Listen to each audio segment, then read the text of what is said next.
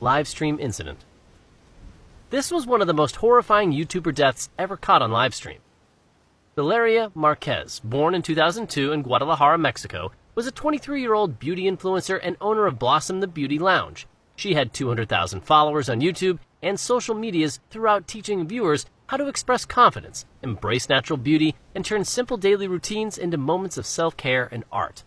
On May 12, 2025, according to Jalisco State Attorney General's office, the tragedy occurred around 6:30 p.m. local time.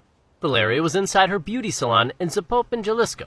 She was live streaming on TikTok when a man entered the shop holding a gun. She had joked, "Dude, they might have been out to kill me." She was still sitting in her chair, holding a small stuffed pig, when the man approached. Without warning, he fired multiple shots at her before fleeing the scene. One bullet struck Valeria in the chest, followed by another to the head, causing her to collapse instantly. The live stream, still running, captured the horrifying moment as her body went limp and the sound of gunfire echoed through the salon. She was pronounced dead at the scene. Witnesses nearby said the attacker fired several shots at close range before fleeing the scene on a motorcycle. Police reports confirmed that Valeria died instantly from a gunshot wound to the head and chest. Authorities ruled the case a femicide and launched an investigation, but the shooter's identity remains unknown. Local officials suspect the attack may be linked to organized crime, though no arrests have been made. The survival incident. This stands among the most haunting and tragic deaths ever witnessed in YouTube history. Storm de Buhl, born in Belgium in 2002, was the creator behind the channel Storm Outdoorsy, where he documented his solo survival trips and wilderness challenges. His calm voice, minimal style, and respect for nature earned him over 200,000 subscribers.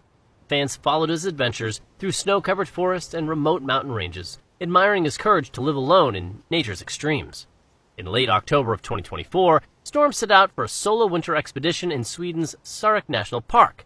His goal was to survive several nights alone in the Arctic wilderness. But on the night of October 30th, temperatures plunged and a violent blizzard swept through the Lapland. Between 2 and 2:36 a.m., Storm called Sweden's SOS emergency service, reporting that he was injured, likely with a broken nose, and needed help. Soon after, his phone froze or lost power, cutting all contact.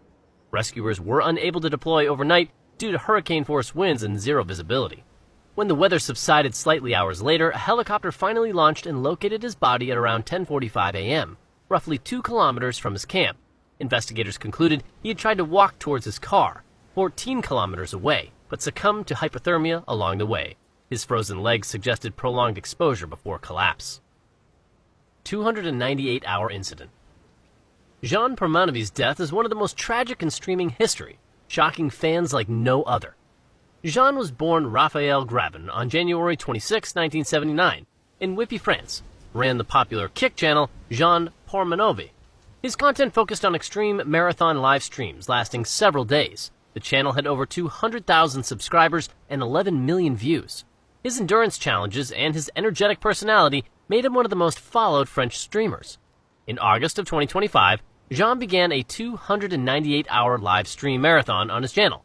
He ate, slept, and even went to the bathroom on camera, determined to keep the audience engaged for over 12 straight days. Viewers and fellow streamers subjected him to constant verbal abuse, mocking and daring him to continue. At times, they threw objects at him or tapped him sharply to see if he was still awake. Despite struggling, Jean refused to stop, briefly asking for help before plunging himself back into the marathon.